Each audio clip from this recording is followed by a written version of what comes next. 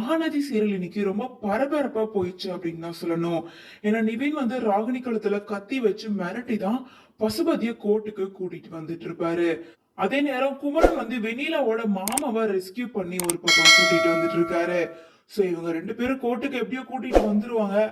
காவேரி ஒரு பக்கம் வெண்ணிலாவை கூட்டிட்டு வந்துட்டு இருக்காங்க. சோ 3 பேரும் வந்து உண்மையை சொல்லிடுவாங்க. விஜய் கூட சீக்கிரமா வெளியே வந்துருவாரு அப்படின்னு எல்லாரும் எக்ஸ்பெக்ட் பண்ணிட்டு இருக்க அந்த டைம்ல ஒரு ட்விஸ்ட் வந்திருக்கு. அதாவது ராகினி கழுத்துல கத்தி வச்சு மாட்டிட்டு இருக்க நிவின் வந்து பயத்துல கத்திய கீழே போட்டுறாரு. அததான் சான்ஸ் அப்படின்னு ராகினி திரும்ப நிவின் கழுத்துல கத்தி வச்சு துரத்தி விட்டுறாங்க. இன்னொரு பக்கம் குமரனுமே வெண்ணிலாவோட மாமாவும் மிஸ் பண்ணிடுறாரு. அவர் மட்டும் தான் தனியா கோர்ட்டுக்கு வந்திருக்காரு. சோ குமரனோட ஸ்டேட்மெண்ட்டை எடுத்துக்க முடியாது அப்படின்னு வக்கீல் ஒரு பக்கம் ஆர்கியூ பண்ணிட்டு இருக்காரு. பட் யாருமே எதிர்பார்க்க நேரத்துல சர்ப்ரைஸா காவேரி வெண்ணிலாவை கோர்ட்டுக்கு கூட்டிட்டு வந்திருந்தாலும் அவங்களுக்கு உடம்பு சரியில்லை அப்படின்றனால கிளியரா பேச முடியல.